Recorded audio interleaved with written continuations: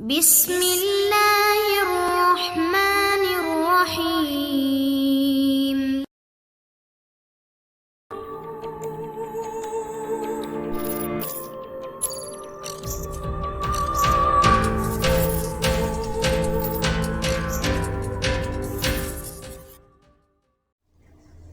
السلام علیکم دوستو، فاروق کی روح انسپیکٹر جمشید سیریز بائی اشتیاق احمد۔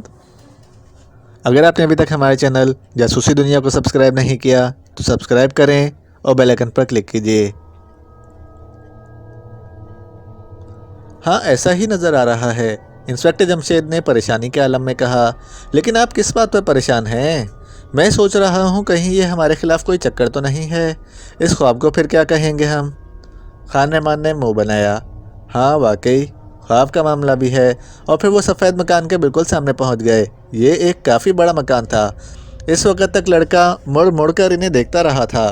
غالباً وہ دیکھ رہا تھا کہ وہ لوگ آ رہے ہیں یا نہیں۔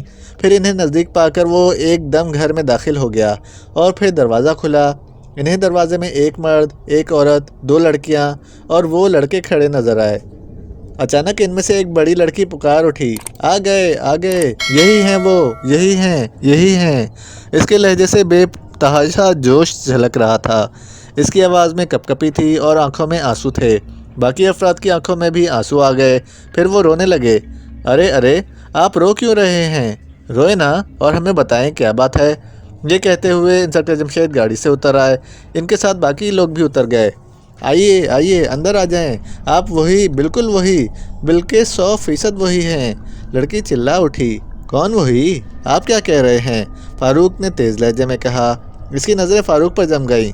ہاں ہاں، میں نے انہی لوگوں کو خواب میں دیکھا تھا۔ کوئی مجھ سے کہہ رہا تھا کہ یہ ہیں وہ لوگ جو تمہاری مدد کے لیے آئیں گے، جو اس قصبے کو اس ظالم کے ظلم سے نجات دلائیں گے۔ ہاں، لیکن آپ یہ کیسے کہہ سکتی ہیں کہ ہم وہی ہیں؟ میں کسی کو صرف ایک بار دیکھ لوں تو اس کی تصویر بنا سکتی ہوں۔ میں نے تو آپ لوگوں کو کئی بار خواب میں دیکھا۔ میں اپنے اللہ سے دعا کیا کرتی تھی، اے اللہ، کچھ ایسے لوگوں کو بھیج دے جو ہمیں اس ظلم سے نجات دلا دیں۔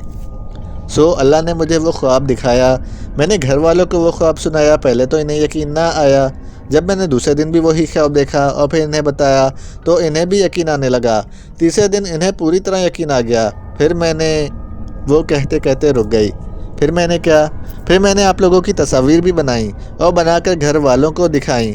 اسی لیے تو یہ سب آپ لوگوں کو دیکھتے ہی چلا اٹھے تھے کہ یہی ہیں یہی ہیں۔ آئیے میں آپ لوگوں کو دکھاؤں وہ تصاویر۔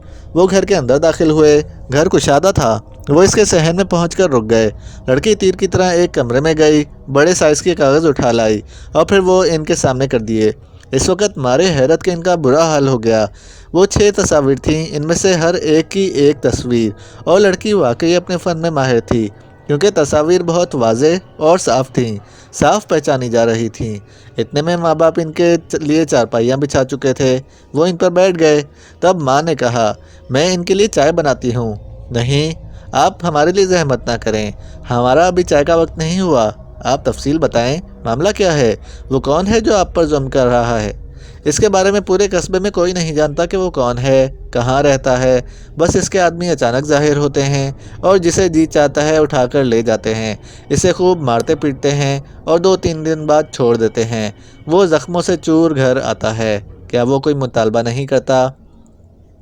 پہلے وہ صرف یہ کارروائی کرتا ہے، یعنی اٹھا کر لے جاتا ہے اور خوب مارتا پیٹتا ہے۔ اس کے بعد اس کا پیغام ملتا ہے، بس ہر ماہ اسے اتنی رقم دیا کرو۔ جتنا کوئی مالدار ہوتا ہے اتنی ہی بڑی رقم وہ بتاتا ہے۔ اگر جو لوگ ادا کرنے کی ہمت نہیں رکھتے، ادھر ادھر سے جمع کر کے اس کا مطالبہ مشکل سے پورا کرتے ہیں۔ اسی طرح آئے دن کسی نہ کسی کی باری آتی رہتی ہے۔ سب لوگ ڈرتے اس لیے کہ اغوا کرنے کے بعد مطالبہ نہیں کرتا، پہلے خوب مارتا پیٹتا ہے، زخموں سے چور کر کے مطالبہ کرتا ہے۔ اور پولیس کے آدمیوں کو بھی اٹھا کر لے جاتا ہے۔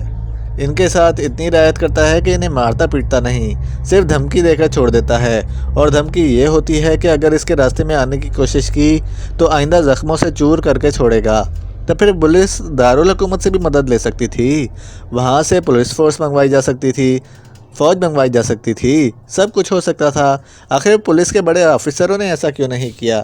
یہ تو ہمیں معلوم نہیں۔ اس سوال کا جواب تو انتظامیہ دے سکتی ہے۔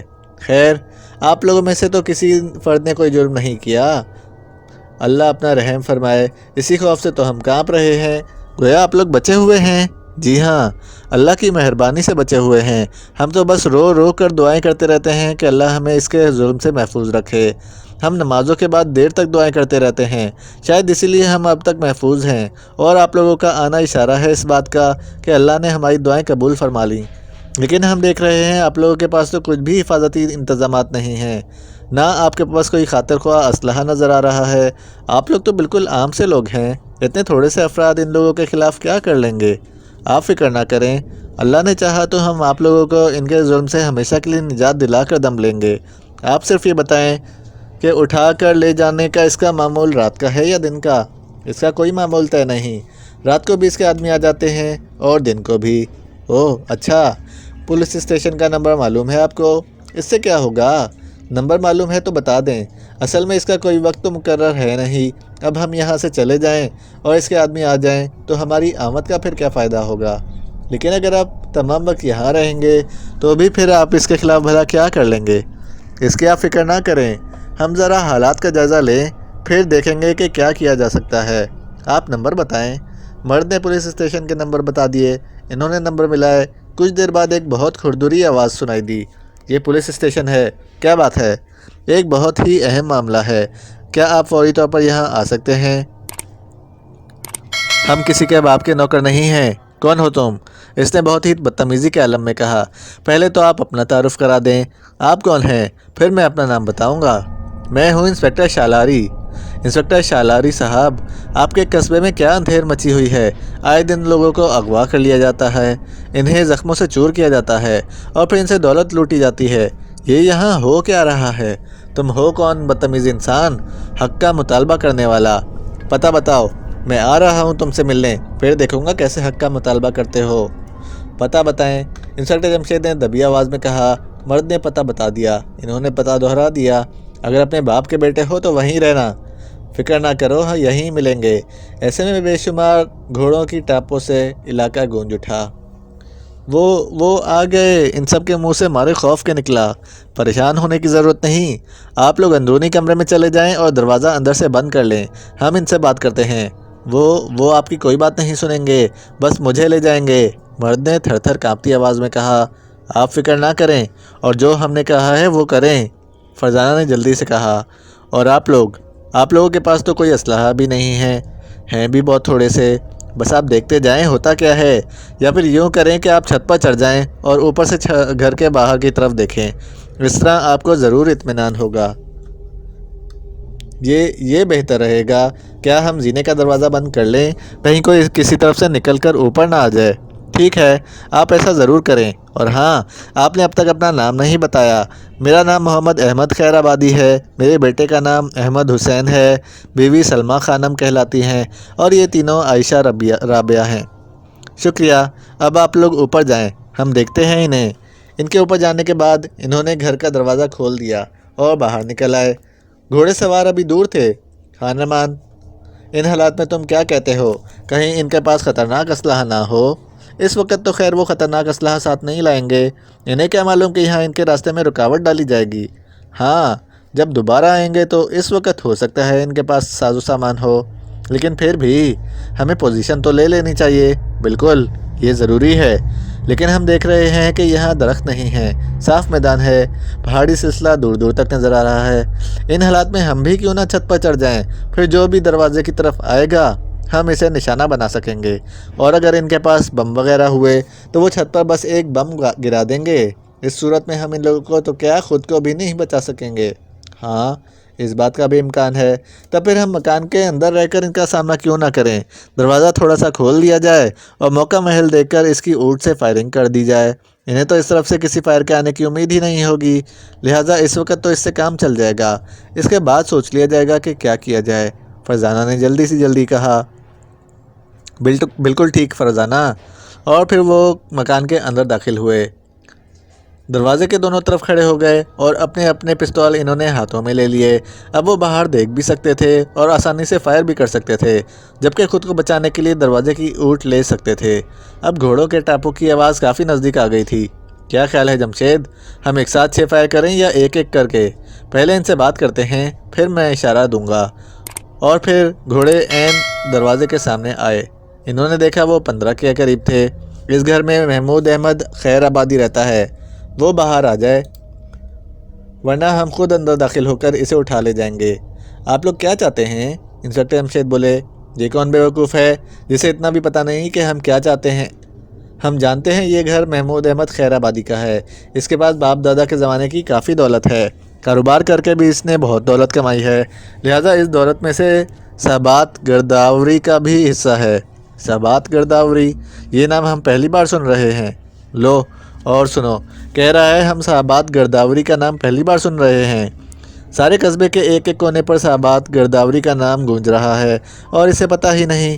فوراً باہر آ جاؤ، میں نے فیصلہ کیا ہے میں اکیلا جاتا ہوں، یہ مجھے پکڑ کر لے جائیں گے، آپ لوگ تعاقب کریں۔ ترکیب اچھی ہے، لیکن گھر کے افراد کی دیکھ بھال پھر کون کر سکے گا؟ فرزانہ نے کہا۔ اس کا مطلب ہے اب یہاں کچھ خفیہ فورس والوں کو بلانا ہی پڑے گا، یوں کام نہیں چلے گا۔ خیر پہلے انہیں تو چلتا کر دیں، ایک ساتھ 6 فائر کریں گے ہم تاکہ یہ بدحواس ہو کر باہر نکلیں۔ ان پر فائر کرنا ہے یا صرف ہوائی فائر؟ ہوائی فائرنگ کس کام آئے گی؟ یہ لوگ تو بہت خونخوار ہیں، نہ جانے کتنے لوگوں کے لہو پی چکے ہیں، ان کے ساتھ نرم سلوک نہیں چلے گا۔ اچھی بات ہے۔ یہ کیا سوچنے لگے؟ تم ابھی تک باہر نہیں آئے؟ فائر! انسپکٹر جمشید گرجے۔ ایک ساتھ 6 فائر ہوئے اور 6 چیخیں گونجی۔ اس کے ساتھ ہی ان میں بھگدڑ مچ گئی اور وہ تو ایسے بھاگے کہ مڑ کر بھی نہیں دیکھ سکے اور وہاں اپنے ساتھیوں کی لاشیں چھوڑ گئے۔ محمود احمد خیر آبادی صاحب، آپ لوگ نیچے آ جائیں، وہ بھاگ گئے ہیں۔ بھاگ تو گئے ہیں لیکن پھر آئیں گے، اور اب پوری تیاری کے ساتھ آئیں گے، پوری جماعت کے ساتھ آئیں گے۔ انہیں یہ تو معلوم ہی نہیں تھا کہ ان پر یہاں فائرنگ بھی ہو سکتی ہے، ایسا تو آج تک ہوا ہی نہیں۔ اب وہ لوگ ہمیں نہیں چھوڑیں گے۔ اوپر سے محمود احمد کی آواز آئی۔ کوئی بات نہیں، آپ جلدی سے نیچے آ جائیں، ہم نے بھی پروگرام سوچ لیا ہے، اب آپ کا گھر ہی ہمارا مورچہ بنے گا۔ وہ تو برسا دیں گے بم۔ کیا ان کے پاس بم بھی ہیں؟ جی ہاں، بم بھی ہیں، ایسے گھروں کو انہوں نے بموں سے ہی اڑایا تھا۔ اس گھر کے سب افراد مارے گئے تھے۔ اوہ اچھا، لیکن انہوں نے ایسا کیوں کیا تھا؟